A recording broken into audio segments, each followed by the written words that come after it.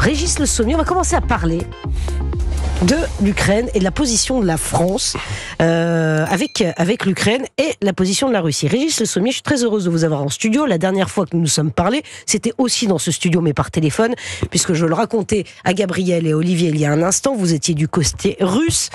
Et vous entendiez les missiles passer, vous voyez les drones au-dessus de votre tête. J'étais sur un parking assez froid, c'était la nuit, et voilà, et c'était pas aussi confortable qu'aujourd'hui. Non, voilà. On est bien d'accord. Voilà. Et vous êtes allé en Ukraine également, Régis Le Je Sommier. suis pas allé du tout en Ukraine, moi j'étais sur le front de Koursk. Juste sur Donc Koursk. j'ai été, j'étais sur le front de Soudjar, et plus exactement, c'est la partie que les Ukrainiens occupent sur le territoire de la Russie, environ 500 km² encore aujourd'hui, voilà. Bon.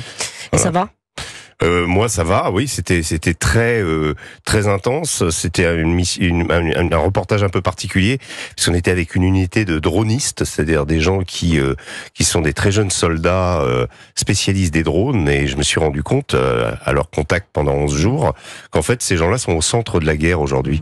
C'est eux qui font le plus de morts, c'est eux qui font le plus de dégâts, qui détruisent le plus de blindés des deux côtés, côté ukrainien comme côté russe. Et aujourd'hui, la guerre, elle a complètement changé. On peut plus faire de grandes offensives parce que les drones arrivent et puis ils détruisent tout. Voilà. Et c'est des jeunes, un peu comme des ados de chez nous. Ils mangent des pizzas, ils boivent du Red Bull. Ils ont un rythme de vie et ils jouent aux jeux vidéo assez fréquemment. Mais ce sont des espèces de petits génies qu'on envoie en petits commandos comme ça dans les bois pour aller jusqu'à 20 km frapper l'adversaire sur ses positions, sur son arrière. Même on a à un moment, c'était une station essence que ceux avec qui j'étais ont détruite. Voilà, c'est assez incroyable de voir en direct cette nouvelle guerre drone-artillerie, la combinaison des deux toujours, mais où le fantassin a moins la place qu'il avait avant, et on est dans une dimension d'un autre type, avec aussi, pour la plupart des soldats, ce qui est intéressant, 2 ans et demi d'expérience. Donc des gens qui ont vu mourir leurs camarades, qui sont extrêmement endurcis. Là, on peut parler de envoyer nos troupes en Ukraine. On va en certes, parler, justement. Mais on est face à un type de soldats qui ont vécu 2 ans et demi de guerre déjà. Voilà. Qui ont déjà 2 ans et demi de guerre dans les pattes. Jean-Noël Barrot ne fixe pas, et ça c'est quand même assez nouveau, et c'est pour ça qu'on avait besoin de votre expertise, Régis Le Sommier, ne fixe pas de ligne rouge face à la Russie. Il n'exclut pas l'envoi de troupes françaises en Ukraine. D'abord, sur ce point, effectivement, la stratégie de la France est en train d'évoluer.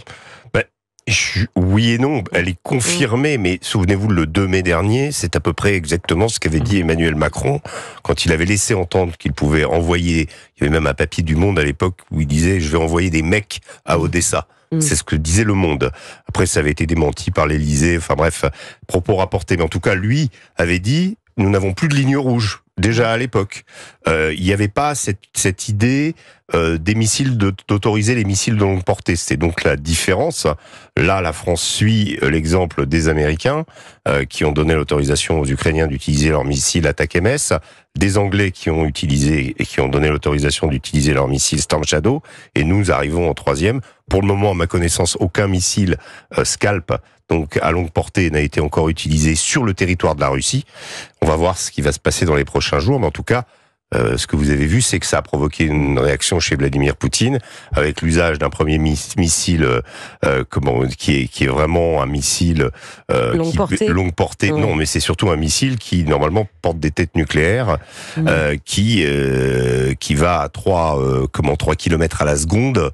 Et en ce moment, ce que je trouve très inquiétant, c'est, je regarde un petit peu, je suis un peu ce qui se passe aussi sur les télés russes, commence à mettre des cartes et expliquer qu'on pourrait frapper Paris en moins de 20 minutes. Mais ça, il l'avait déjà fait. Pardon, mais ça, il l'avait déjà fait. Souvenez-vous, au début de la guerre en Ukraine, Régis Le Sommier, à la télévision russe, on s'amusait, on disait qu'en 2 secondes... On demandait aux invités de choisir la ville qui voulait détruire en premier. Donc des choses, des dingueries comme ça existe. Mais évidemment, mais ça existe, mais c'est une sorte de conditionnement.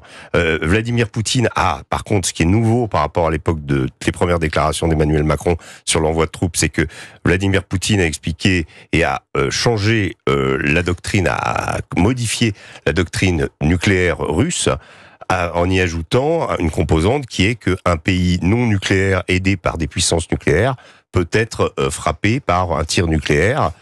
Donc ça c'est nouveau et sous-entendu évidemment c'est l'Ukraine. Pardon Régis Le Sommier, moi j'ai suivi, pas comme vous évidemment, la guerre en Ukraine. J'ai l'impression que la menace nucléaire c'est le dada de Vladimir Poutine. C'est-à-dire qu'à chaque fois il agite le chiffon rouge. C'est dangereux quand même, non Je pense que c'est dangereux. Alors je ne crois pas qu'on en soit encore à ce stade, mais c'est des choses, vous savez, il faut quand même se considérer que là on a franchi dans les 3 dernières semaines un certain nombre d'étapes qui vont vers la confrontation, la principale étant l'autorisation par Joe Biden d'utilisation de ces missiles longue portée et immédiatement par les Ukrainiens quelques heures plus tard sur la région de Bryansk l'utilisation de ces missiles ATACMS, donc une sorte d'illustration.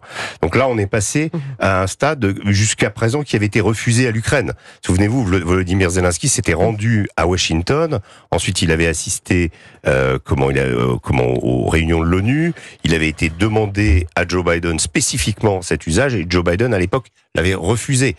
Là on sent bien qu'il y a de la part de Joe Biden peut-être l'idée de laisser une guerre plus compliquée à Donald Trump qu'elle ne l'est à Donald Trump, peut-être précipiter les choses, internationaliser le conflit. Vous savez, on parle beaucoup des Nord-Coréens. Alors bon, ils seraient sur le front de Koursk. Moi, j'y ai passé 11 jours. J'ai vu des Colombiens, j'ai vu des Sri Lankais, j'ai vu en mercenaires, j'ai vu même un Chinois spécialiste des drones qui travaille avec les forces russes. Mais je n'ai pas vu de Nord-Coréens. Mais peut-être qu'il y en aura. En tout cas, il y a une volonté en disant il y a des Nord-Coréens, ils vont envoyer des Nord-Coréens, d'internationaliser le conflit. Et puis après, on rappelle que l'Iran a aussi fourni des missiles balistiques, que l'Iran a fourni surtout ces fameux drones Shahid qui ont eu une efficacité redoutable. Donc cette fourniture d'armes dirait que le conflit est internationalisé. Il l'est déjà de facto aussi avec l'aide que nous apportons à l'Ukraine depuis le début. Donc finalement, la vraie question c'est qu'est-ce qui si les choses s'aggravent, qu'est-ce qui peut déclencher ou le feu nucléaire, ou en tout cas une riposte réelle? Est-ce que les Russes vont frapper des bases autres qu'en Ukraine? C'est ça la vraie question. On parle d'une base américaine en Pologne. Donc tout ça est dans l'équation. On sent en tout cas qu'on n'a jamais été aussi proche d'un conflit, cette fois-ci, entre la Russie et l'OTAN. Ah oui, entre la Russie et l'OTAN. Et là, les choses s'aggravent. Est-ce que le vœu pieux d'une guerre résolue diplomatiquement du président Zelensky est totalement enterré en 2025? Le problème de Zelensky, c'est qu'il a dit ça et la semaine suivante, il a dit nous allons frapper, les missiles frapperont, ce ne sont pas des mots, etc. Donc il manie un peu le chaud et le froid. Moi, je pense que par contre, on peut sans trop s'avancer, dire que l'hypothèse d'arrêter la guerre en Ukraine en moins de 24 heures est mise comme promesse électorale par Donald Trump semble un petit peu illusoire aujourd'hui. Ça va pas se passer comme ça. Les choses vont, on va voir. Il y a encore 2 mois, mais 2 mois qui vont être quand même très compliqués parce que on sent qu'il y a quand même des gens qui poussent à la guerre des 2 côtés. Et Donald Trump, de facto, arrive le 20 janvier avec une promesse de paix. On n'est plus dans cette escalade. Est-ce que Vladimir Poutine va accepter aussi cette paix? Parce que là aussi, moi je reviens du front en Ukraine et Russie. Actuellement, c'est catastrophique pour l'Ukraine. C'est vraiment catastrophique. Je pense qu'on ne le dit pas assez. Je pense que Monsieur Barrot, dont j'ai écouté les propos, ne prend pas assez en considération qu'il y a un véritable risque d'effondrement d'Ukraine, du front en Ukraine. Chaque jour, les Russes qui reprennent des villages, plus que des villages, des bourgs, et il y a un certain nombre de forteresses comme Pokrovsk, Toretsk, et peut-être même Sloviansk et Kramatorsk, qui sont à risque. C'est-à-dire, ce sont les dernières forteresses ukrainiennes du Donbass qui sont à risque, peut-être même avant la fin de l'année. Donc, si tout ça est conquis par les Russes, il n'y a plus d'obstacles naturels qui viendraient se glisser entre eux et le Dniepr, et l'Ukraine pourrait à ce moment-là perdre encore plus de territoire. Là, elle a perdu 20% de son territoire, ça pourrait aller jusqu'à 30%. Donc là, ça voudrait dire quoi? Ça voudrait dire que l'Ukraine négocierait dans des conditions extrêmement périlleuses et négocierait peut-être une capitulation. Ce qu'il faut arrêter, je pense que l'option Trump de négocier dès maintenant, ça veut dire préservons au moins une Ukraine avec une capacité d'être un pays. Ne préservons pas un pays en lambeaux, complètement détruit et défait militairement. Régis Le Sommier, je voudrais avoir votre sentiment de grand reporter. Vous êtes allé sur le terrain, vous connaissez très très très bien ce dossier. Est-ce que les frontières de l'Europe vont bouger? Est-ce que finalement l'Ukraine a perdu, quelles que soient les configurations? Moi, je crois que l'Ukraine a perdu, c'est une vérité. Maintenant, les frontières de l'Europe, j'ai discuté plusieurs fois avec des officiers russes ou avec des gens qui font la guerre depuis 2 ans. Leur préoccupation, envahir la Pologne ou les pays baltes, n'est pas du tout dans leur préoccupation. L'un d'entre eux me disait, vous savez, on a 17 millions de kilomètres carrés en Russie, on n'a pas besoin de terres supplémentaires, et surtout, pourquoi irions-nous envahir des pays qui nous sont hostiles? La Russie, c'est 141 millions d'habitants. Le marché européen, enfin l'Europe, c'est 550 millions d'habitants. Donc je vois pas l'intérêt, enfin en tout cas eux exprimer cette idée que pourquoi irait-il annexer à nouveau les pays baltes ou la Pologne ou la Roumanie. Donc ça, je pense qu'il y a une espèce de surenchère. Puis faut rappeler qu'historiquement, ces pays ont été en effet occupés de façon très dure et de façon même épouvantable dans certains cas par la Russie. Mais ça, c'est parce que pendant la Seconde Guerre mondiale, nous avons signé les accords de Yalta qui ont divisé le monde et qui ont donné l'Europe de l'Est à la Russie. La Russie y est allée pour défaire l'Allemagne nazie, et ensuite on a cautionné ça par un traité que nous, occidentaux, avons signé. Donc la volonté expansionniste de la Russie à l'Est, elle a existé, mais si vous voulez, aujourd'hui, ils ont quand même eu depuis 2 ans et demi beaucoup de difficultés en Ukraine pour gagner. S'ils gagnent cette guerre, ce qui semble vraiment apporter, hein, on le voit.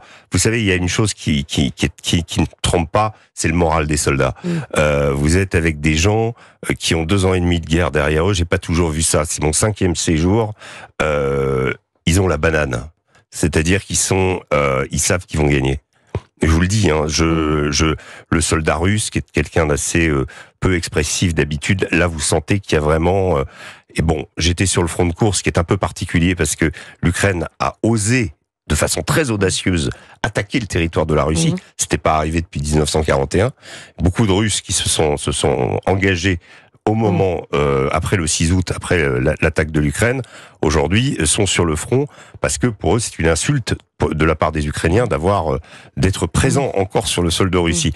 Mais vous voyez que, voilà, ça fait partie ils sont dans une dynamique de victoire, économiquement.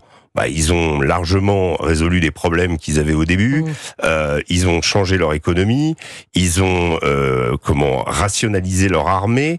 Au début, il y avait 3 corps d'armée avec des difficultés de coordination. Aujourd'hui, il y en a qu'un seul. Il y a eu plein de choses qui ont été faites, et la Russie a beaucoup appris de ses erreurs. Elle a fait beaucoup d'erreurs dans cette guerre, et aujourd'hui, elle n'est pas... C'est très...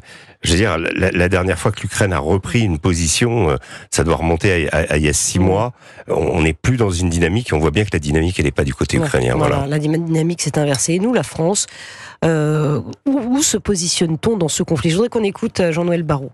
L'Ukraine doit pouvoir neutraliser des cibles militaires en Russie lorsque ces cibles permettent à la Russie d'agresser les Ukrainiens. C'est un principe de légitime défense, et il est reconnu par le droit international, même avec des missiles s'il le faut. 2300 soldats ukrainiens ont été formés et équipés dans notre pays. C'est la première fois que nous formons une brigade complète de soldats étrangers depuis la Première Guerre mondiale. Et opérationnelle de ce... Ces soldats vont rentrer en Ukraine dans quelques jours pour regagner le front, armés par des équipements français. Et dans quelques semaines, c'est le Mirage français qui volera dans le ciel de l'Ukraine. Alors, voilà les mots du chef de la diplomatie française, Régis Le Sommier. On était en train de discuter dans ce studio et se dire, mais nous, si on envoyait des troupes, que peut faire la France? Est-ce que... écoutez, que peut-on faire? Moi, je vais quand même rendre hommage à l'armée française, parce que j'ai passé beaucoup de temps avec elle en Afrique, en reportage, sur Barkhane, sur Takuba, sur les différentes missions, sur plusieurs années. On a des soldats exceptionnels qui ont été capables justement de conscrire la menace djihadiste, et c'est important en Afrique, mais entre la menace djihadiste qui consistait à traquer des groupes à travers le désert et affronter une armée russe qui a 2 ans et demi d'expérience, qui est retranchée avec des fortifications, qui maîtrise les drones comme personne au monde, y compris les Américains. Ce que vous dites, c'est qu'on serait dépassé, c'est ça. Si on envoie des troupes, on envoie des armes. Le Mirage 2000, c'est quand même un avion de chasse qui est vieillissant, c'est pas le Rafale. Hein. Non, c'est pas le Rafale, mais c'est un très bon avion. C'est pas un truc au rabais qu'on donnerait aux Ukrainiens. Hein. C'est pas comme nos AMX qu'on a un peu largué là-bas et comme beaucoup de pays ont envoyé leur vieux matériel.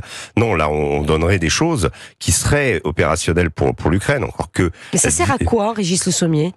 Ça sert, à mon avis, à se donner bonne conscience. Voilà, c'est ce que. Mais non, mais c'est ça. Ça sert à se donner bonne conscience. Sur la photo, non, je sais pas. C'est sur la photo, Gabriel Cluzel. Mais moi, je trouve que ce qui est assez incroyable, j'aimerais entendre le chef d'état-major des armées, Thierry Burkhardt, qui avait alerté la France depuis des années en disant attention, les guerres de haute intensité vont revenir, il faut s'y préparer. Personne ne l'écoutait, on rigolait quand il disait ça, parce que ça fait 15-20 ans qu'on faisait des guerres asymétriques en Afrique et au Moyen-Orient. Aujourd'hui, s'il avait une liberté de parole, ça serait intéressant de l'entendre parler sur notre capacité à être prêt. Si le plus beau cadeau qu'on pourrait faire aux Ukrainiens, c'est des hommes, parce que l'Ukraine manque d'hommes. L'Ukraine n'a pas de quoi. Non mais attendez, là, Gabriel Cluzel, on n'a pas si on voulait, c'est pas lui donner des armes. Sur le front c'est la mère de famille qui réagit en moi, mais la mère de famille, effectivement. Mais je pense que si on veut prendre, il y a peu de Français qui envisagent avec de gaieté de cœur envoyer leurs soldats sur le. Et vous m'aviez dit un jour, et ça m'avait beaucoup frappé, cette guerre, c'est Verdun plus les drones, et on n'a pas envie de revenir à Verdun, on ne sait plus faire ça, et les drones. Mais vous savez, souvenez-vous, quand on a fait Verdun, c'était la paysannerie française qui a fait gagner la France à l'époque. Donc des gens capables de rudes. Et le nombre de morts, Régis Le Sommier. Et voilà, et des gens capables d'encaisser tous leurs camarades morts. Moi, les Russes ont une espèce de prédisposition. Enfin, c'est assez. On sent qu'ils sont quand même à l'aise là-dedans. Ils sont à l'aise parce que c'est chez eux, parce que ce sont des températures sibériennes l'hiver, parce qu'il y a la boue qu'il faut gérer. Enfin bref, toutes ces conditions-là, ils les maîtrisent. Nous, on n'a pas l'habitude de ces conditions-là et on n'a pas la constitution physique. Je vous le dis très honnêtement, si on doit faire envoyer la jeunesse de France, les conscrits, on n'est pas.